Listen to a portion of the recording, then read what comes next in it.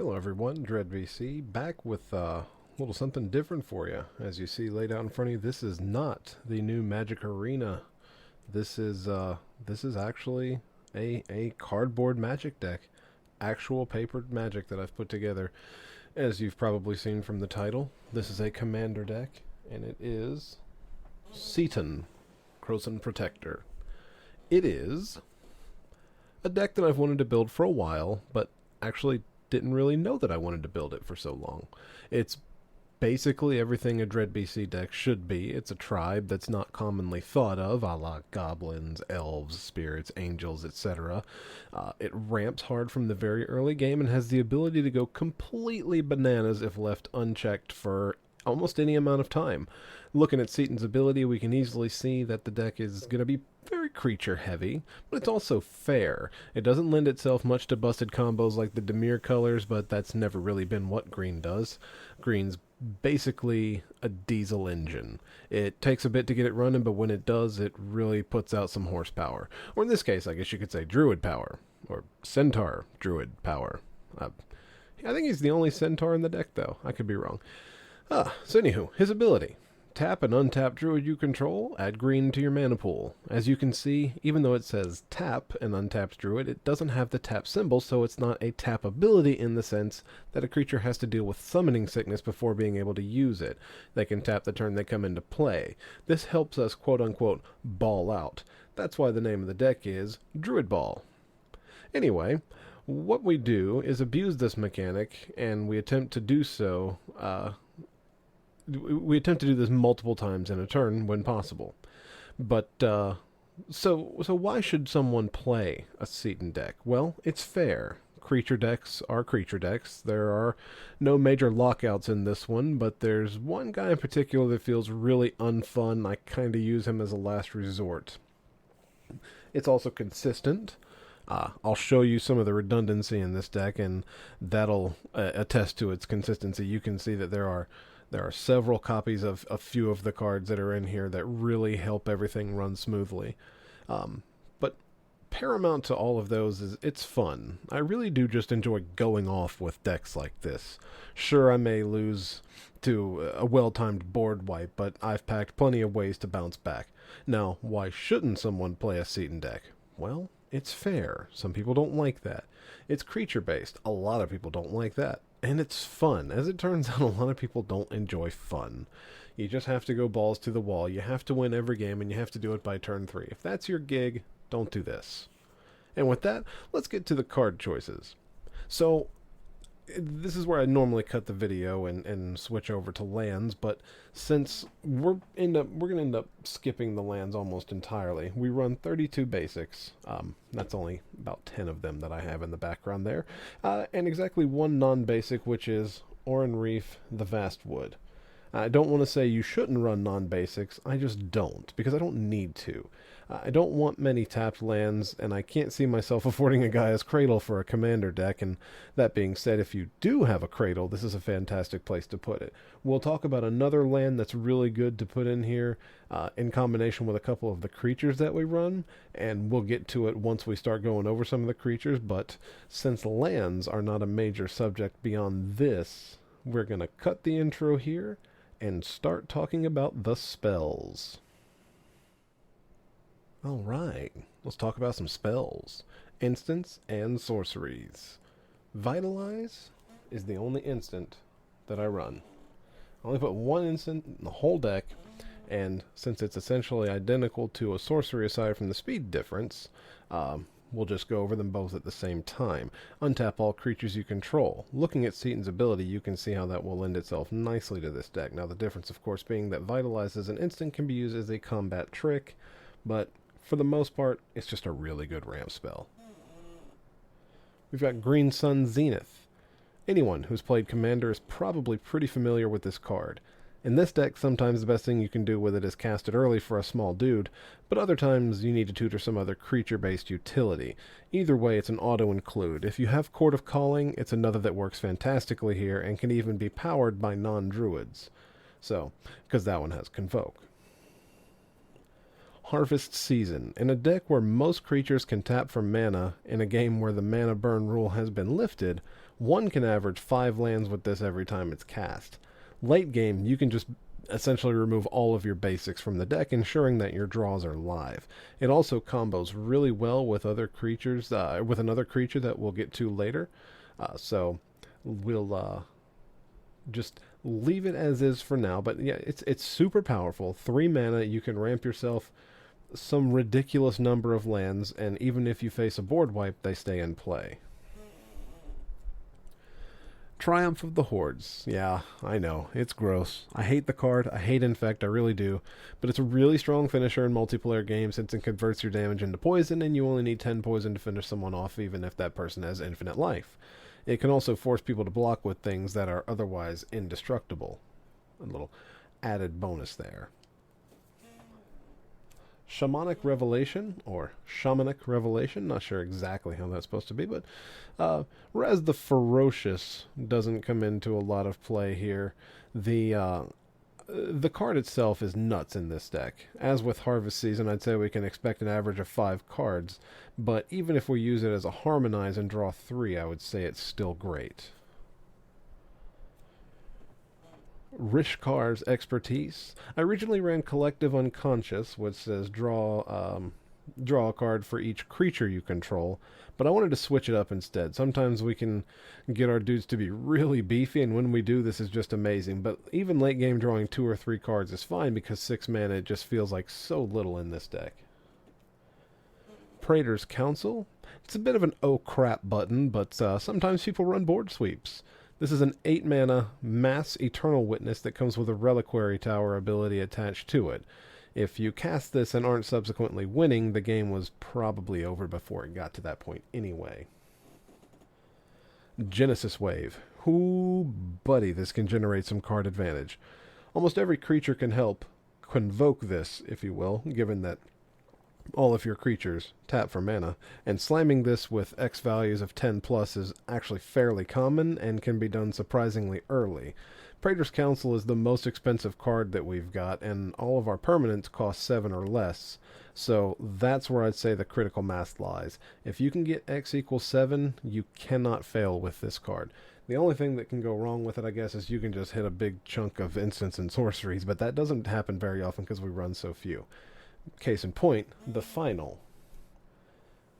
Final, the aptly named last of our spells, has to be one of the ones I was most excited about when I read the ability for what had to have been the 9th time and saw that it gave haste instead of trample. All this time I thought it gave trample, and then for some reason I just read it one more time and it said haste, and I said, you know, that is completely absurd. Just playing with this deck and seeing how quickly druids come pouring out of the woodwork, giving them all haste and swinging for, well, bus, just feels, well, final. So, Finale of Devastation, brand new card, and it is an auto-include. From here, we are going to move on to enchantments and artifacts.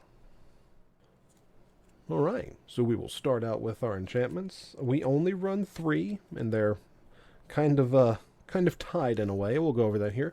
We'll start with Guardian Project. In most constructed formats, this card is too situational to really shine, but in Singleton, of which Commander is of course my favorite, it shines. For 4 mana, you get another copy of whenever a creature enters the battlefield under your control, you draw a card. It's that simple, and yet it's very effective. Like I said, Singleton, you will never have duplicates unless for some reason someone allows you to cast a copy of a card that you've got. It doesn't happen very often. So we'll just say, cast a creature card. When it comes into play, draw a card. Mana Reflection. Read it again. That 5th word is key. When you tap a permanent for mana, it produces twice as much of that mana instead. That means that Seton's Druid friends tap for double green instead of just 1 green. You probably don't need much more in the way of details to see just how insane this card is. Unfortunately, it now also comes with a hefty price tag nowadays. There are other options, however, and I urge you to find others if budget is your thing. Mana is rarely ever a problem in this deck, but this one truly allows you to go over the top. The last of our enchantments is Zendikar Resurgent. It's kind of a combination of Guardian Project's draw and Mana Reflection's mana doubling, albeit limited to lands in this case. But this is still a strong card to include. At 7 mana, it's still fairly easy to get it out as early as turn 3 or 4. Moving on to artifacts. Given how many small creatures we run, Skull Clamp seems obvious. This card probably should never have been printed. In this case, we're going to abuse the bejesus out of it. There's no shortage of 1 toughness creatures in this deck, and turning 1 creature into 2+ draw with minimal effort is just one way that you gain absurd amounts of card advantage, and later on this can help you at least recoup a little bit after a board wipe. Throne of the God Pharaoh. At 2 mana, the value of this card as a finisher is pretty high. If you don't need to hold back blockers, tap out and dome your opponents for 1 damage for each druid you control. If your Finale of Devastation eludes you and you cannot give them all haste, you can always tap them down and just drain the whole table at once with this guy. Cloudstone Curio. Another one that costs quite a bit of actual money now thanks to some modern shenanigans. This card allows you to combo off your draws with 2 1-drop creatures and any of your numerous card draw engines based on casting creature spells or creatures entering the battlefield. Draw your deck, play your whole deck, Throne or Finale your opponents, win. It's that simple. For those who don't know exactly how it goes, let's say you've got an Arbor Elf and a Llanowar Elf and a Cloudstone Curio.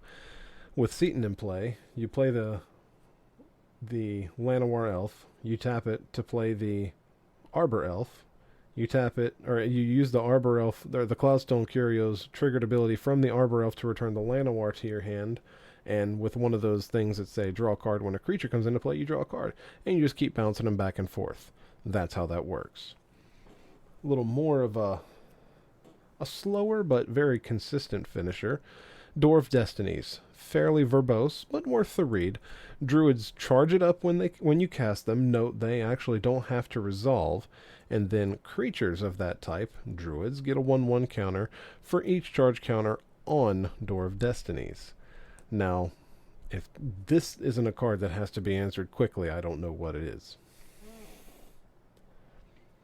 Sleight of Ancestry. You can play any number of druids per turn, but you can only play 1 land. There you go. Once your card draw engine starts going off the deep end, you can use this to dump your lands and redraw. Or if your creatures are boring, like you're on turn 7 or 8 and you're drawing 1-drops, you can ditch them and draw better cards.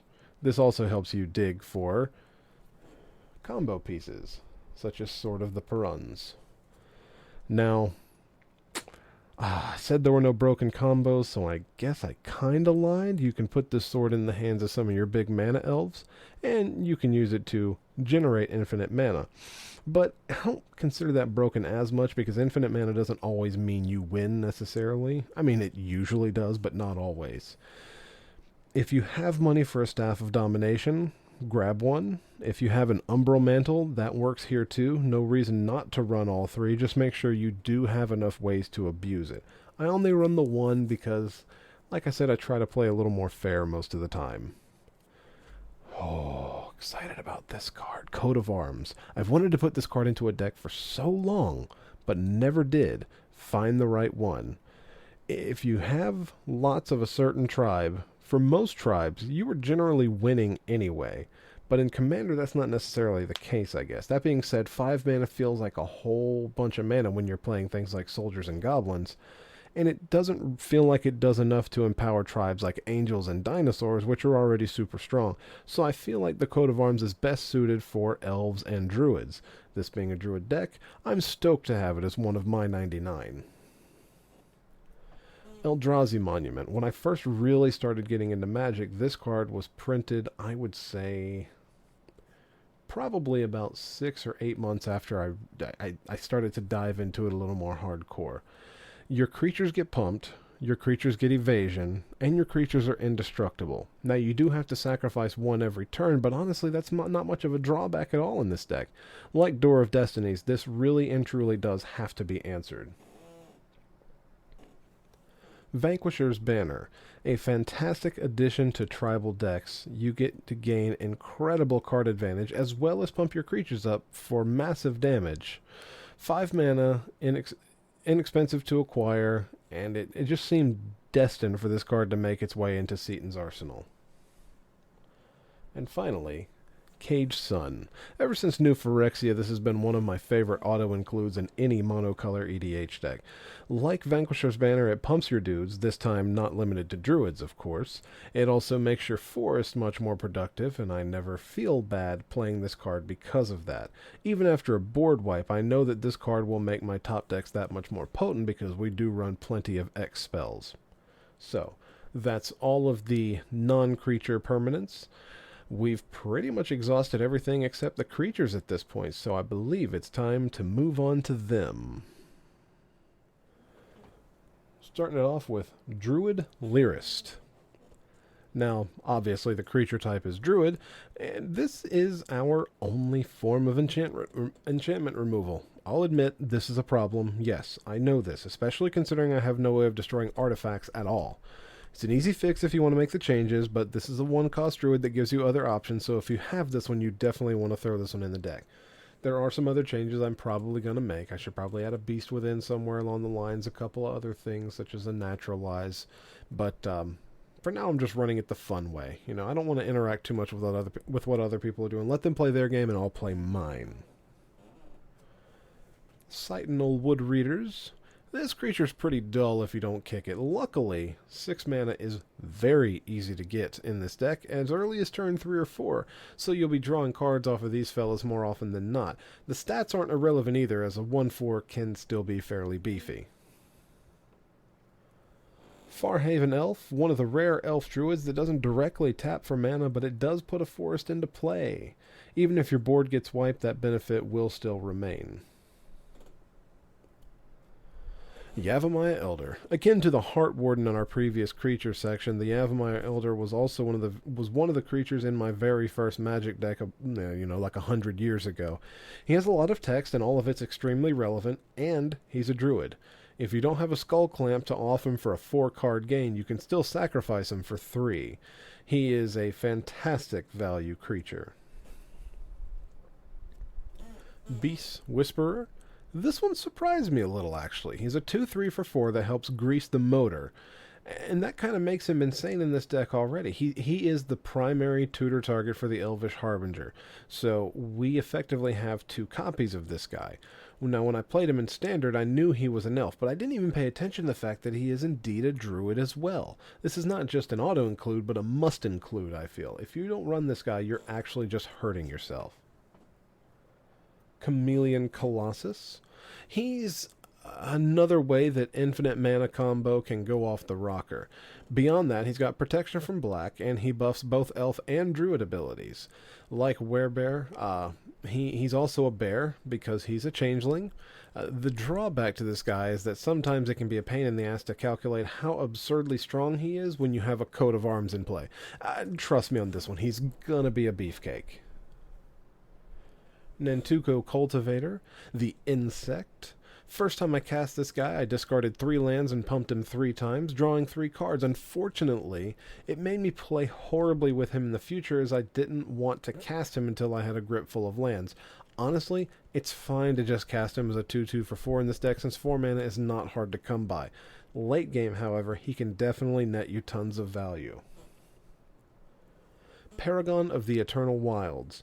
Empowering your Chameleon Colossus to an infinite creature doesn't give it trample. This guy makes it infinite +1 and then can give him trample on top of that to allow you that one-shot kill. If that combo isn't available, he is still a druid and gives a nice pump to druids and elves and bears alike. Baru, Fist of Krosa. Everything after the word grandeur is essentially irrelevant, as I don't foresee you having multiple copies of this fella in your hand. However, he is the creature I alluded to earlier with Harvest Season, which can allow you to pump a few guys for something like 3 or 4 power and give them all trample. When we don't have an insane amount of land, or while we don't have an insane amount of land ramp in this deck that doesn't involve untapping, there is enough that he seemed worth including. If you get tired of winning with Seton, swap places and make this fella your commander for an extra challenge. Gilt-leaf Archdruid. Okay, this card's bonkers. In fact, it's not even fun. Genuinely, it's not. If you use it for anything beyond the first line of text, you're out for blood, and at that point I'm hoping you intended to win very soon because you just removed all the fun from your opponent. Of course, we're not playing for second here, so, do what you gotta do, right? Kamal, Fist of Krosan. Another way to abuse infinite mana, Kamal even lets you animate your forests and swing with infinity overruns and tons of creatures that are taller than they are wide. And in a deck that goes as wide as this one does, you can see how quickly that's going to end the game. It is also worth noting that you can make your lands into creatures, and that allows you to untap them with your 1-drops like Vitalize and Mobilize, so don't forget that interaction can net you tons of mana when you have them tapping for multiples. Fierce Empath. I do believe this is the only elf in the deck that's not a druid. However, he does power up Priest of Titania and Archdruid nonetheless, and tutoring up another big creature means he immediately replaces himself. Killing him with a Skull Clamp will result in ultimate value. Eternal Witness, another non-druid, but perhaps one of the most quintessential green cards ever printed. The E-Wit belongs here just fine. She allows you recursion on cards you've milled, discarded, destroyed, and she's a 2/1, making her a prime target, once again, for the Skull Clamp. I'm waiting for the day they errata her to be a druid because she's wearing vines and leaves. Come on now. If that's not druidic, I don't know what is. Primordial Sage. With an empty hand, it's a 4/5 for 6, but when you start casting creatures, regardless of their type, you're drawing more cards. Since we have so many cards that do this, I wouldn't consider it crazy not to run this card, as it does cost 6 mana. But since I have one, I figured I'd try it out in a deck that can abuse it. So far, I haven't been disappointed. It really does feel like you cannot have too much card draw in play. That being said, with Regal Force, you got to be careful with this guy. Early on, he has basically no drawback aside from costing 7 and not being a druid. Later, however, that draw is not a May ability, and you can deck yourself if you're not careful. That being said, he's just too damn good and too damn fun not to include in this deck. Costing 7 mana has kept his price down too, so he's probably worth picking one up for a couple of bucks. End Rays Forerunners. Finally, we are going to end on the End Rays. A 7/7 with 3 relevant keywords is good enough, but a slightly weaker overrun ability that allows you to play even more spells after combat, it just seems to me like there's no major drawback. This is a fun target for green Sun Zenith if you have a lot of lands and you don't have to tap any of your umpteen creatures to cast it. Always remember though, math is for blockers.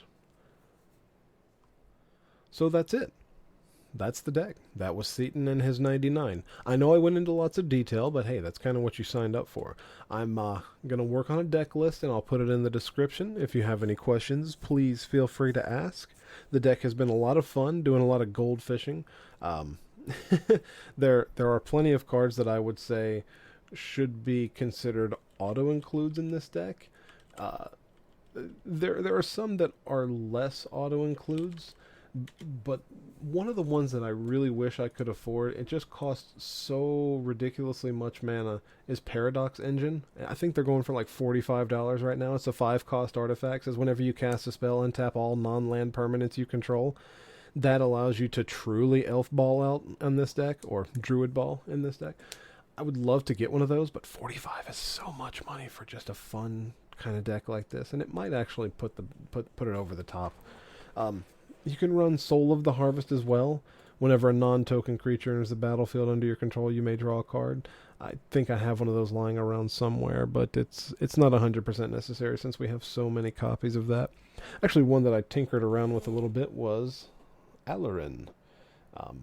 There are a lot of ways to abuse this. The problem is I don't like... I do and I don't like that it's a mirrored ability. Any player can play a creature card with total casting cost 3 or less. So it's not just you. It was included for a little bit since I had it, but then I ended up actually just taking it out for cards that seemed to fit the theme a little bit better. There's so many things that you can include in this because druids are such a powerful race. essentially. You can put all of those X Hydras that you want to, play tons of X spells. We've already got a couple in here. If you wanted to play more draw spells like Harmonize, that one would fit just fine. If you wanted to drop real money, put things in like Sylvan Library. You can get things like Tooth and Nail. Although I don't feel like Tooth and Nail is as broken in this deck, because the creatures don't have absurd amounts of power, but you can always change that to fit your needs a little bit better. A lot of versions of this deck run Soul Ring, but because it's all green mana, I actually find Soul Ring to not be quite as useful. It's not bad, but it's not fantastic. 1,000-Year Elixir is a decent one. You can activate abilities of creatures you control as though they have haste, and you can pay 1 and tap a 1,000-Year Elixir to untap a creature. As nice as that is, it doesn't feel super necessary because the tap for green mana is kind of what we're going to be abusing for the most part, so we don't need to worry about haste for that. There's Beastmaster Ascension is an enchantment that allows you to go completely bonkers very quickly. Whenever you cast, or whenever a creature you control attacks, you can put a quest counter on it. It costs 2 and a green. It's a world enchantment. And as long as Beastmaster Ascension has 7 or more quest counters on it, creatures you control get +5/+5. That means if you play a creature later, it still gets that bonus of +5/+5. Kind of insane. I feel like we have enough fun finishers as is. A common one is also Growing Rites of Itlamok. And the main reason for that one, I mean, yes, when it enters the battlefield, you do get to look for a creature in the top part of your life. I think it's like 4 cards, something like that. But if you have more than 4 creatures in play, you flip it, and it becomes a Gaia's Cradle that can also tap for a green mana, even if you don't have a creature in play. Asceticism is another common addition. It's gone way up in value. It was like a 50-cent rare when I was playing back in Standard. Creatures you control all gain hexproof, and then you can pay 1 and a green to regenerate your creatures. Nice as that is, I may actually find a way to put that in here. I do have a couple of them lying around. Helix Pinnacle is fun. You can it's another way to abuse your infinite mana combos. It's a 1-cost enchantment with Shroud. You can pay X to put X counters on, or tower counters on Helix Pinnacle. And at the beginning of your upkeep, if there are 100 or more tower counters on it, you win the game. That might be one that's worth picking up. But again, it's a card that was around several years ago, and it's only ever been printed the one time, I believe, and it's been going up in price steadily, so it's now at 20. You notice I included 0 Planeswalkers. I don't think there are any other than Freyalise that really tip the scales for me on this one, because Freyalise's +2 ability allows you to create a green elf druid. Basically, she allows you to create a Llanowar elf every turn. And she has a draw ability, I know, for each green creature you control. So, those are just some ideas. Like I said, you can go into a lot of detail about the lands, but really, Gaia's Cradle, Oran Reef, I guess Dryad Arbor, since we're running a couple of the creature tutor abilities, and probably Nykthos wouldn't be terrible. If you have unlimited funds, the Cavern of Souls is a good one, but that's seriously like a $90 land, so I don't I don't foresee me getting one for this deck. Blighted Woodland is not terrible. It's an uncommon, so it's going to cost you like 5 cents somewhere. You can use it to get 2 basic lands out of your library, put them on the battlefield tapped. Yeah, I mean, just look around. There are so many green things that you can put into these decks, and like I said, I do need to put more things like Naturalize and Nature's Claim or Krosan Grip or something like that in here, because I do think I probably am missing out a bit. But yeah, I mean, there's a ton of ways that you can go with this, and I hope you enjoyed everything that I have talked about thus far. I'm going to cut the video here. I hope you enjoyed it, and I will see you in the next one.